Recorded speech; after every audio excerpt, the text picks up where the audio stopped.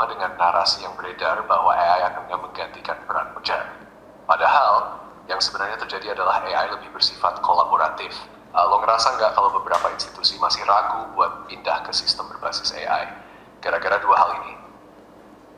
Iya betul. Jadi sekarang itu memang kebutuhannya sudah ada, tapi kadang-kadang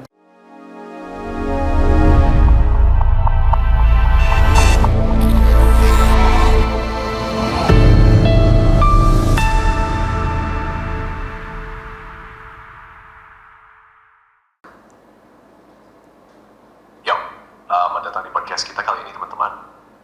Gue Ihsan, host kalian, dan hari ini kita akan ngobrol seru tentang masa depan pendidikan dan tren e-learning di Indonesia. Gue nggak sendirian nih, gue ditemenin sama Asep Sauri, seorang praktisi e-learning yang udah lama banget berkecimpung di dunia ini.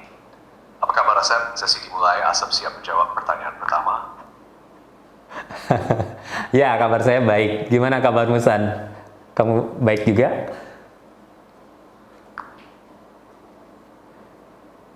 Wah, aku juga baik Asep. Seneng banget bisa ngobrol lagi dan pastinya semua teman-teman pendengar juga pada semangat buat bahas masa depan e-learning di Indonesia.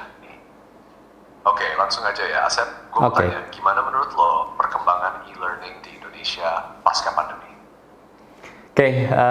Pasca pandemi memang e-learning sekarang di Indonesia juga terus berkembang ya. Saya pikir apalagi sekarang dengan perkembangan teknologi baru ya, semacam AI gitu ya, kemudian virtual reality, augmented reality. Jadi rasa-rasanya mungkin akan terus berkembang di tahun-tahun mendatang.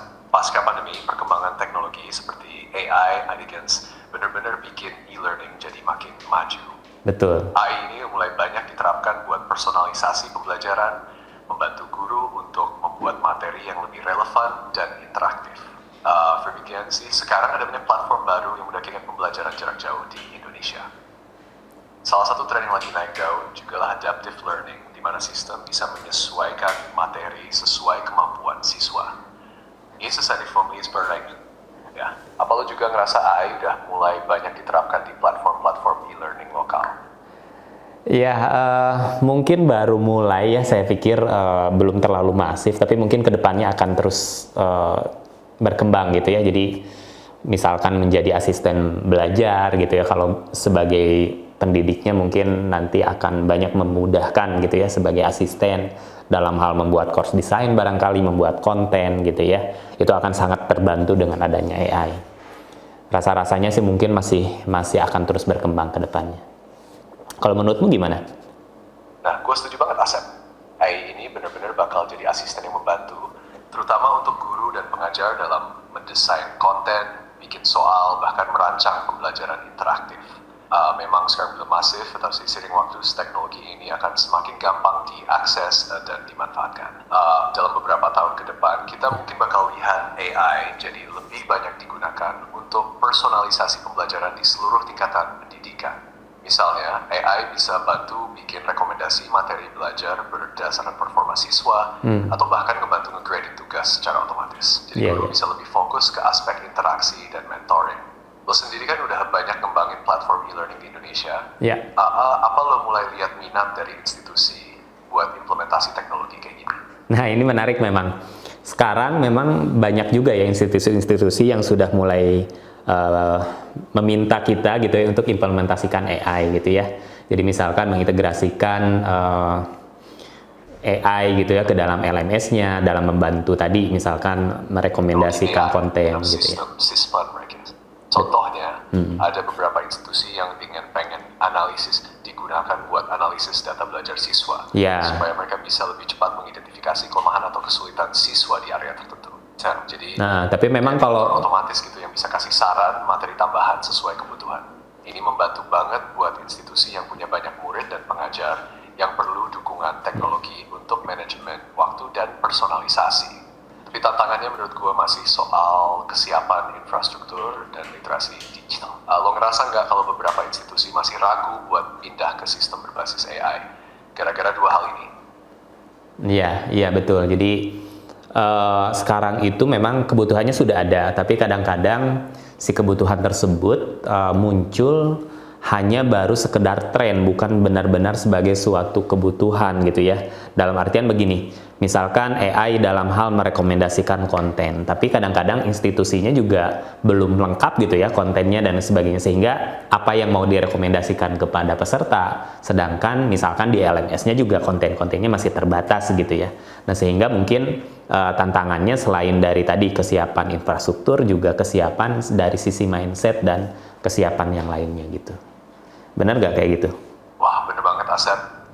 Jadi memang kadang-kadang permintaan integrasi AI ini muncul karena tren, bukan dari kebutuhan mendesak yang berbasis data atau analisis yang matang. Institusi pendidikan mungkin merasa harus ikut tren, tapi mereka belum sepenuhnya siap dalam hal konten dan infrastruktur.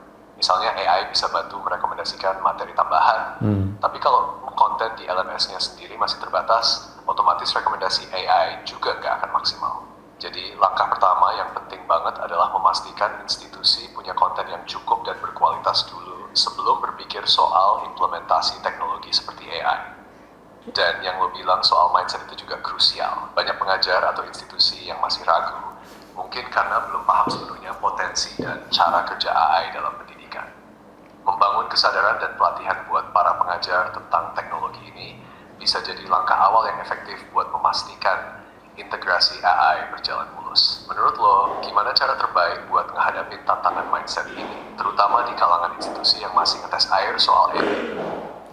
Iya, kalau terkait mindset sih memang yang pertama yang mungkin juga satu hal yang perlu kita ini kan ya. Jadi terkait mindset ini masih banyak juga pengajar yang takut sebetulnya gitu ya. Ya mungkin karena memang dari berbagai media sekarang itu menggambarkan bahwa AI itu akan menggantikan juga peran pengajar gitu ya. Nah, padahal kan sebetulnya kita dengan AI itu bisa saling kolaborasi dan akan membuat sesuatu hal yang lebih efektif dan efisien gitu ya. Jadi mungkin hal-hal kampanye hal seperti ini juga perlu dilakukan gitu ya, selain dari inovasi teknologinya. Setuju banget, Sam. Isu mindset ini memang salah satu tantangan utama, terutama dengan narasi yang beredar bahwa AI akan menggantikan peran pengajar. Padahal yang sebenarnya terjadi adalah AI lebih bersifat kolaboratif, membantu tugas-tugas pengajar yang lebih administratif atau repetitif, sehingga mereka bisa fokus pada hal-hal yang lebih penting, seperti mentoring dan interaksi langsung dengan siswa. Betul. Kampanye untuk mengedukasi bahwa AI bukan ancaman, melainkan alat yang bisa bikin pembelajaran lebih efektif dan efisien, sangat penting. Pengajar perlu melihat AI sebagai asisten yang bisa bantu misalnya dalam membuat soal otomatis, menganalisis progres siswa, atau bahkan membantu personalisasi materi untuk tiap siswa.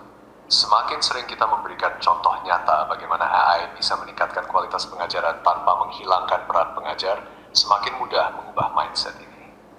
Nah, Mungkin ke depannya betul. Ini seru. Atau webinar yang Betul. Ini seru nih. Coba saya mau balik nanya sekarang.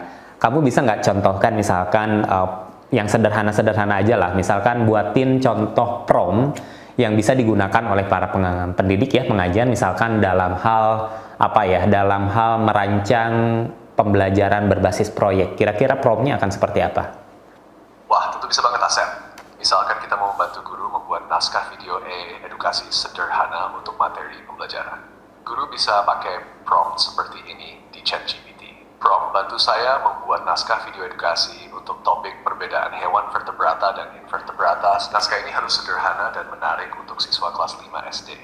Panjang video sekitar 5 menit, dan tolong tambahkan bagian pembukaan, penjelasan inti, dan penutupan dengan ajang belajar lebih lanjut. Dari prompt ini, ChatGPT bisa menghasilkan naskah video yang sederhana, lengkap dengan engaging, penjelasan yang jelas, dan penutupan yang memotivasi siswa untuk belajar lebih lanjut. Oke. Nanti bisa langsung Mantap. Nah, inilah contoh-contohnya ya. Jadi mungkin kita juga perlu membuat beberapa contoh yang bisa di-share gitu ya ke para pendidik supaya merasakan dulu manfaatnya gitu ya. Merasakan dulu manfaatnya tentu dengan memperhatikan masalah copyright, masalah privasi gitu ya, yang hal-hal tersebut memang harus diperhatikan dalam dunia digital saat ini. Nah, mungkin kalau dari saya mungkin itu aja sih, Ihsan, makasih ya atas waktunya. Sebetulnya ini acaramu, tapi ya oke lah, saya serahkan lagi ke kamu ya untuk menutup podcast ini. Terus guys, trend lagi di Observing buat podcast ini. Senang banget bisa ngobrol tentang masa depan pendidikan dan tren e-learning di Indonesia. Untuk para pendengar, jangan lupa terus ikuti episode-episode kami berikutnya, di mana kita akan bahas lebih banyak topik seru seputar edtech dan inovasi pendidikan lainnya. Sampai jumpa episode berikutnya.